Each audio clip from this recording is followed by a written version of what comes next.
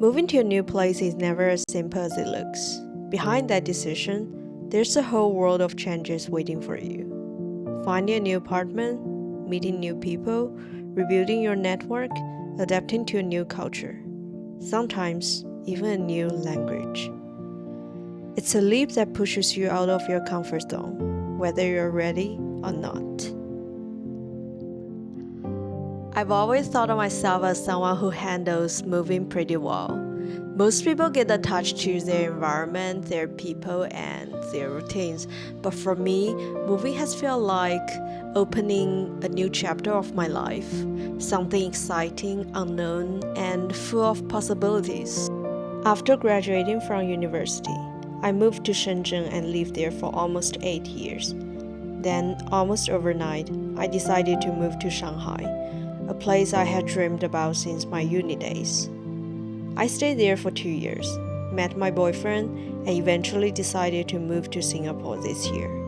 Technically, I've been in Singapore for about 4 months, although 2 of those months I was traveling. But still, this experience taught me a lot about starting over, building a new life from scratch, and what it actually feels like to move to a different country.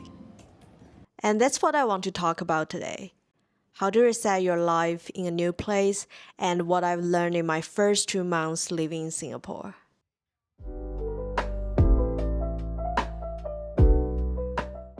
Moving isn't always romantic or exciting.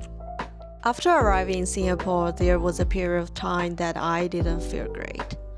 I feel a little bit disconnected, lost, and sometimes even a little bit empty.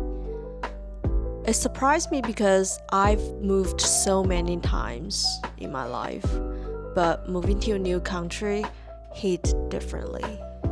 And in that quiet comfort, I started paying more attention to the way I was living each day. I began noticing what made me feel grounded and what made me feel even more lost. Little by little, I found a few things that helped me feel like myself again.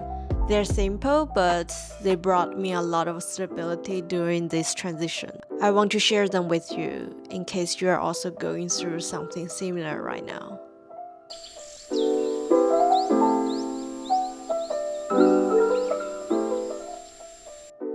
The first thing that helped me the most was building a routine, not a strict one or complicated one.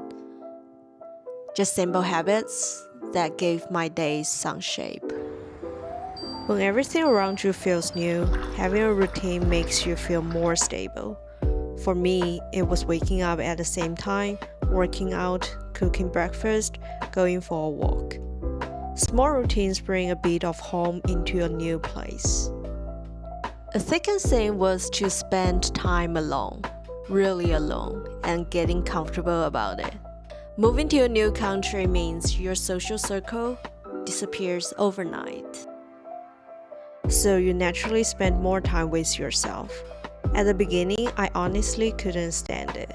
I feel bored, and sometimes I feel a little sorry for myself because I didn't have friends to hang out with. But one day, I started sorting out how I became who I am today.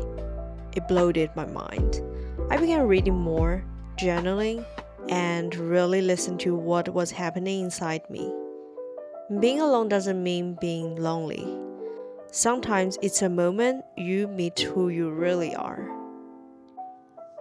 The third thing was to finding something I really enjoy and letting that become the bridge to building my new network. Interests make everything easier. When you meet people who enjoy the same things, running, reading, gym, or content creation, conversations become natural. You are not forcing friendships. You are just following what you love, and the right people will show up. The fourth thing is simple and real. Go out even you don't feel like it. New environments can make you want to hide a little, but every time I push myself to go outside, even for a short walk, I feel better. I really recommend spending time in nature. Being near trees, the ocean, or even just a quiet park always make me feel more relaxed and more energized. If you're working remotely like me, This one is really important. When your job doesn't require you to leave the house, you have to create reasons to go out. For me, that means taking my laptop to a cafe every now and then.